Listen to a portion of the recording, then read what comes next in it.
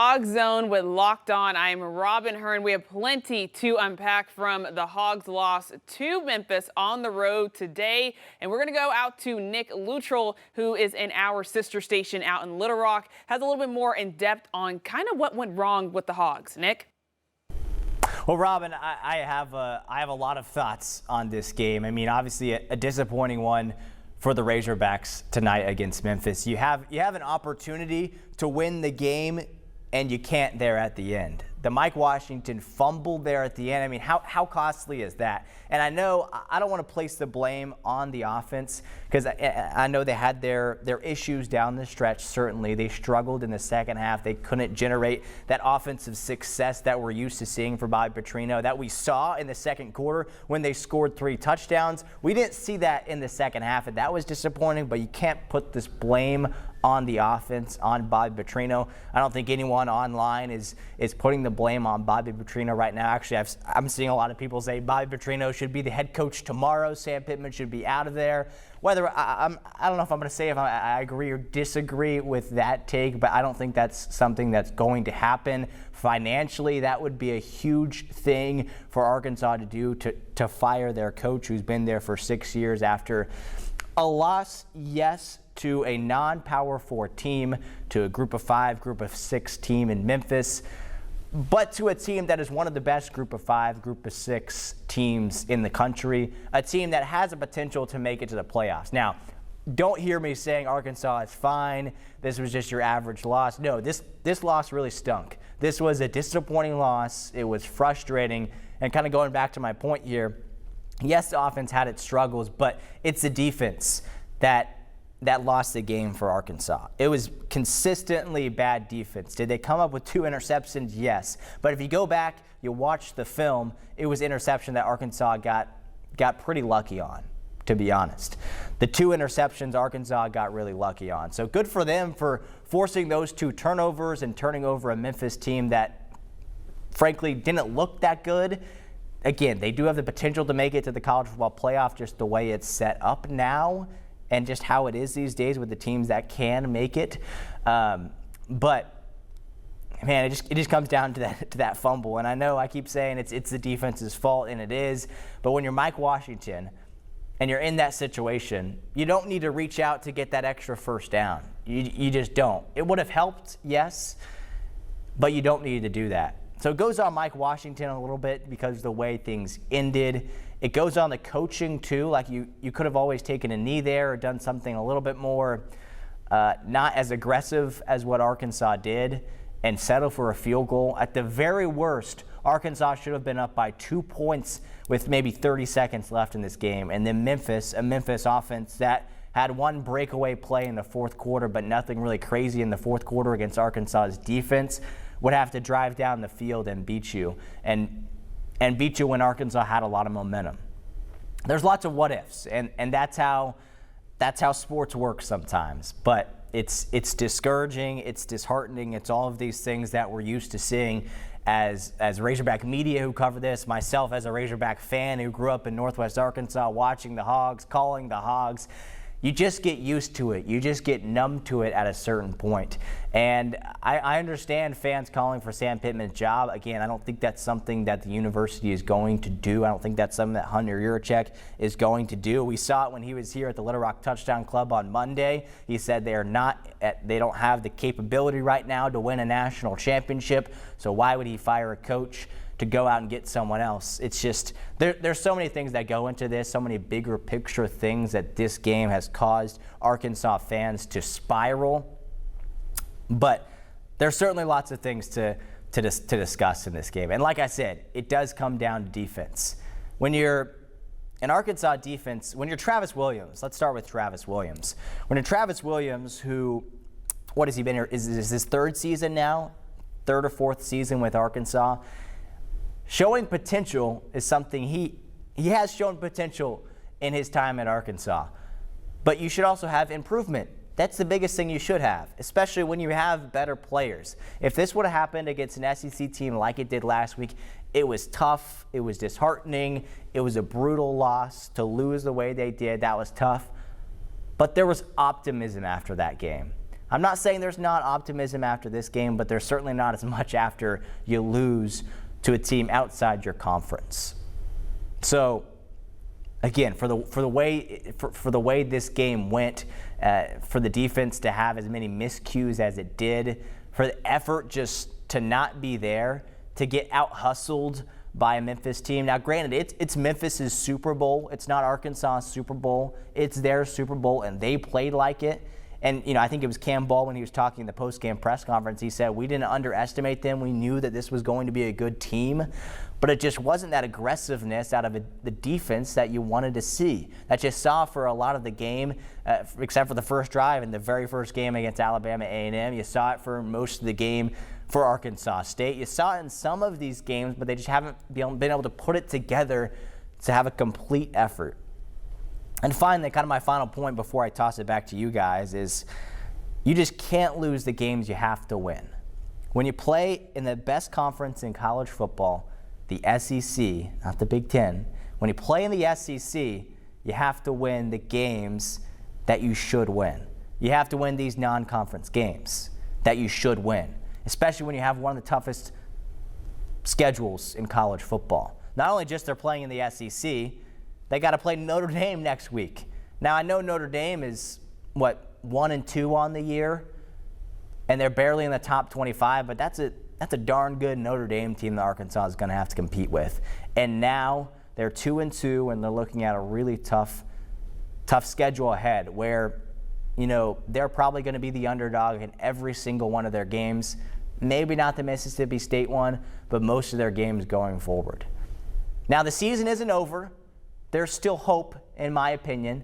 I'm still leaning optimistic at this point, but definitely a game that you just can't lose that Arkansas did lose in the worst way possible tonight in Memphis. Yeah, thank you, Nick. You hit the nail on the head with a lot of that. Now, let's take a look at some of the stats from today. Arkansas had more offense once again over Memphis. They did that last week against Ole Miss. They had over 500 yards of total offense today, while Memphis, they had 486 total yards. Now, Taylon Green having a good day in passing here with 325. Mike Washington there leading the Hogs with 70 in rushing, and Omega Blake having 60 yards there in receiving. But Brendan Lewis for Memphis having almost 200 passing yards there with one passing touchdown. Sutton Smith, who kind of put the dagger in this one, going for 147 yards today. And that is something that head coach Sam Pittman talked about a lot, was trying to stop Memphis's run game, but also trying to get their run game going for the Hogs. The Hogs rushed 175 yards, and you just can't do that. And here's what head coach Sam Pittman had to say following the loss, where they lacked offensively in the run game. We weren't running the ball, in the second half, and on first down we were trying to run the ball, and we were making negative yardage. And I think that was probably the biggest thing of the second half. We made a conscious effort because we were running it pretty good in the first half that we were going to try to run and play action a little bit more in the second half, and it's hard to play action when the run's not doing very good. Well, we'll have plenty more to talk about when we come back after the break, and talking a little bit more and hear from the players and how they feel about this loss. We'll be right back.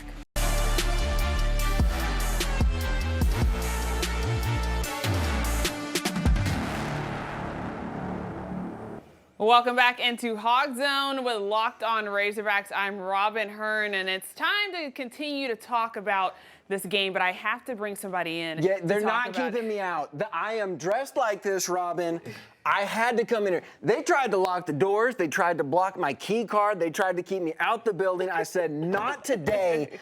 I have to come in here and talk about this Razorback game. How are you going to go into Memphis and lose to Memphis in the way and fashion that they did? I said, I'm putting on a hat, I'm putting on a polo, and y'all ain't keeping me out of that building. Well, so here I am.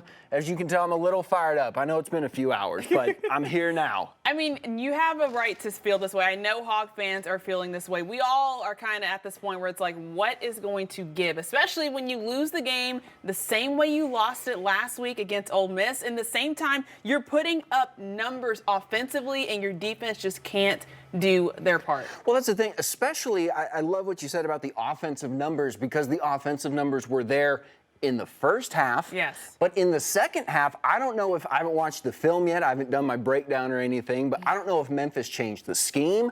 I don't know if Bobby Petrino just got a little bit more conservative with the play calling, but they were just not the same Arkansas team in the second half. And Taylon Green is a big part of that. I know we've discussed this off the air, but for as much good as he does, and he does a lot of good, he does make a lot of mistakes that just leave you scratching your head. And those turnovers that he had, just super costly. But then, of course, the biggest one is, as you and Nick have talked about in the story of the game, that Mike Washington fumble, man. I know that you're fighting for the extra yards. I know that that's what you've been taught. You have to take care of the ball. You have to. I mean, it's Pee-wee football. It's 101. 2 hands on the ball. And at that point, you're inside the 10. You're not going to get a first down. You're playing to run the clock out. You're playing to take that final timeout, set your kicker up on about the 2-yard line, and it's PAT length. Kick it through, win the game, go home. Everybody's happy. We're not having all these uncomfortable discussions. The biggest one being Sam Pittman. We don't have to get into that. I know you're running the ship today. It's okay. It's okay. Now, we can definitely talk a little bit about that, but also on the flip side of that, going back to the defense. I mean, Memphis able to put up 290 rushing yards today. That cannot happen. No. Now, Memphis is known to run the ball. So was Ole Miss. And so them putting up 200 yards is not unheard of. But when you do it, almost put up 300, that's insane. Well, against an Arkansas defense that's good against the run. Exactly. The front seven admittedly needed some work, but Sam Pittman said they needed work in the pass rushing. He said, we got to bring the pressure. We can't bring blitzes. We have to get it with our front four. And I think it just showed that that front four maybe isn't as good as we thought that they are. I mean, the fact that Memphis gashed them like that, and, you know, you might get away with it at the beginning of the game, right, where you're still feeling each other out, you're still, oh, okay, that's what they're doing, you're figuring out the scheme. But their biggest plays were coming later in the game, and that's where you would think Arkansas would have a definitive advantage, right? They're a bigger team. They've been leaning on them. It's like a boxer, right? The old rope-a-dope. You lean the fighter up against the rope, make them carry their weight. Their arms get tired. They can't punch as hard later on in the fight.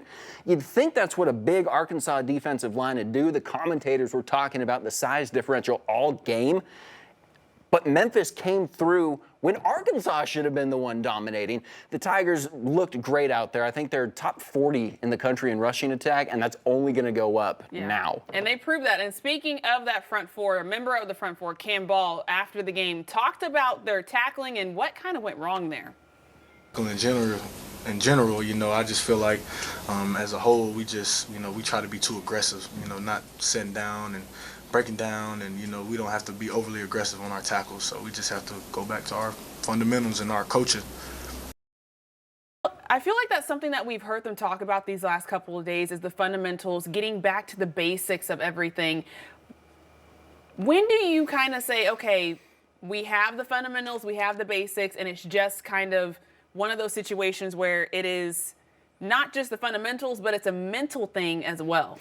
There definitely are some mental hurdles that they have to get over, and I think that point is when you see the fundamentals done on a regular basis. Like, you can't move on from the fundamentals. That's why they're the fundamentals. They're the groundwork of everything that you do. And I think the biggest case in point of, like, guys, what on earth are you doing was that 3rd and 8, a backup quarterback in the game for the Memphis Tigers. You need one stop. Arkansas is going to get the ball back. I know Bobby Petrino's been back there cooking up something to do with a 1-minute drive to get him back in field goal range. And you let a backup quarterback take 390-pound Ian Gaffard for a 10-yard piggyback ride? Fellas, wrap up. That is what we're talking about when it comes to fundamentals. They had that play stopped, Robyn. We all saw it, but for some reason, they just gave up on the play midway through. They thought they had it stopped, and we saw them power through, but you just can't move on until you know that base is solid, and you wouldn't want to. Anything, architecture, football, whatever it might be, you have to have a sturdy base to have whatever it is that you're trying to build be solid and stay for any long period of time. Yeah, and you also want those fundamentals to go back with the physicality. I know Coach Pittman talked about how he wants his defense, well, all of his players, but mainly that defense to be physical. So when Cam was saying that they were too aggressive, I'm like, well, we want you to be aggressive. Right. And also have the fundamentals at the same time. But, you know, I don't know exactly how they're going to be able to kind of have that middle ground there, especially when the secondary is still giving up explosive plays like they are. But they need to do something, and they need to do it quickly. And like you mentioned, against that backup quarterback coming in to get that first down, that's not what you want to see. And Cam Ball even talked about how Brendan Lewis, a great dual threat, he showed that today. And even they needed to do a better job. Yeah, and just to go back to your point about the aggression, right? We want you to be aggressive. My dad, he used to be our Pee Wee football coach. I earned my position. He didn't give it to me. Just want that to be known. That's what they all say. Well, this one I think is true, unless he's been lying.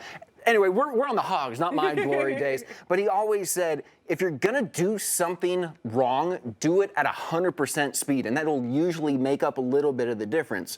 We would prefer you do it correctly and do it, maybe a little bit slower. But if you're going to make a mistake, make it at 100%. And I think that's kind of where we're finding they're a little timid. They're like, Yeah. I think I'm doing something wrong, but they're not full go. But then they're like, well, maybe I'm not doing it right. And there's just confusion across all levels of the defense. Though I will say the secondary did seem a little bit better today. If we have something to take away from that Hogs defense, I didn't feel like the secondary was as big of a weak point, especially Larry Worth. He stepped up and made some big plays for the Hogs today. But, yeah, that front seven, that pass rush, that run stopping, we just got to find that aggression. And you hear the defensive players talk about it all the time with T. Will. He just brings he's that dog in him to practice. Let's see that on the field. Let's see that translate. And I know they want to do it for him. They want to do it for Coach Pittman. They want to do it for the state of Arkansas. I just think they're in a weird spot mentally, as you kind of pointed out a little bit earlier. There's just some hurdle that they have to get over. And, maybe next week against Notre Dame, the Hogs always have that one game. Yeah, that we talked one about that game. last year. We did.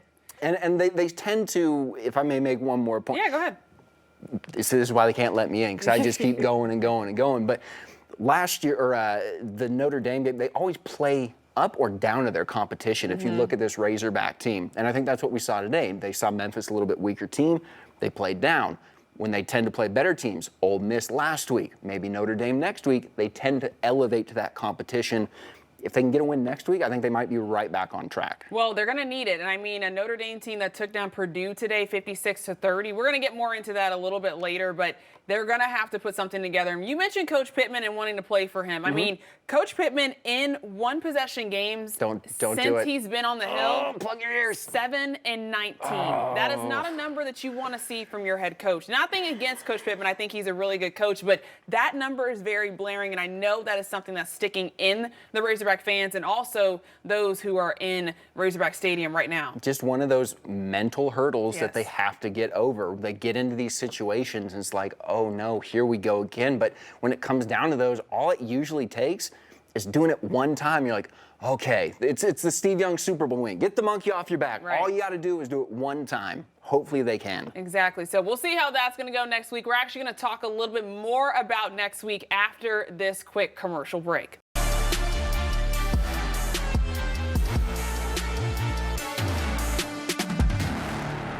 Welcome back to Hog Zone with Locked On. Robyn Hearn here with Alex Stewart. Security still hasn't dragged me out. I am shocked by that.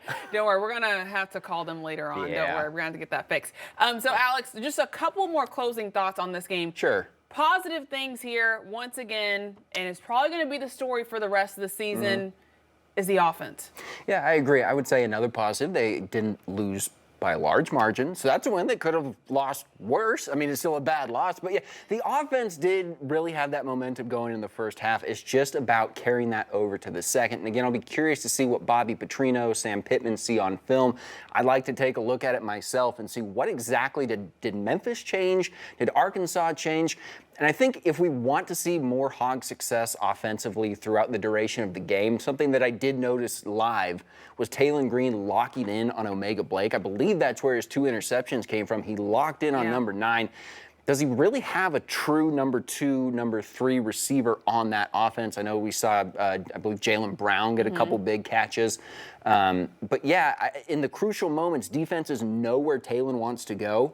And I think that might be the key to that offense really staying up throughout all 4 quarters, is just find somebody other than Omega. Yeah, and I mean, it seems like they're having a good connection there. We talked a lot about that at the beginning of the season, who Talon was going to throw it to. Omega, obviously, that top target, having, 70 yards today. But they're going up against Notre Dame next week. That is going to be a tough one, even though Notre Dame has had a slower start to the 2025 season. Marcus Freeman, he's still able to kind of put out some good product. They defeated Purdue today, so that one, 11 a.m., on ABC on Saturday. Another early one. That's an early game, but it's in Razorback Stadium. That's a positive. So that is a positive. First, so historic too, right? Yeah. So Arkansas had another historic meeting earlier in the season, taking on Arkansas State the first time. Nowhere near the caliber of Notre Dame, granted, but another historic game. Maybe the Hogs go 2-0, but yeah, you see that 1-2 record for Notre Dame. Tough start to the season. They lost to Texas A&M last week, and you could argue that they should have won that football game. That's a deceiving 1-2. They could easily be 2-1, possibly 3-0. Notre Dame, they're going to want to run the ball.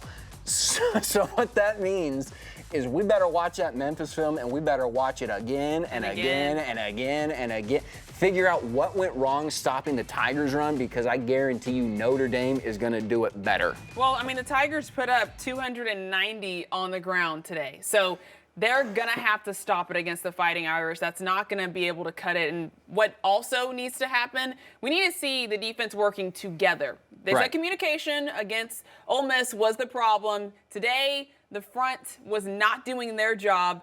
Secondary kind of did their job, but there wasn't too much happening in the air. Well, I'm going to be curious to see what T. Will draws up for next week. Do you want to blitz and trust that secondary after they've gained a little bit of confidence, maybe man them up with those Fighting Irish wide receivers? Or do you want to stay back in zone, maybe only rush 4 at a time and take your chances with that run game? It really is a pick your poison. But I think the positive is we've seen that Notre Dame can be beat. It's kind of taken away that golden aura. Yeah. And I think Arkansas might have a little bit of confidence despite this loss going into that game. Well, they're going to need it. They want to find some gold at the end of this Notre Dame rainbow here.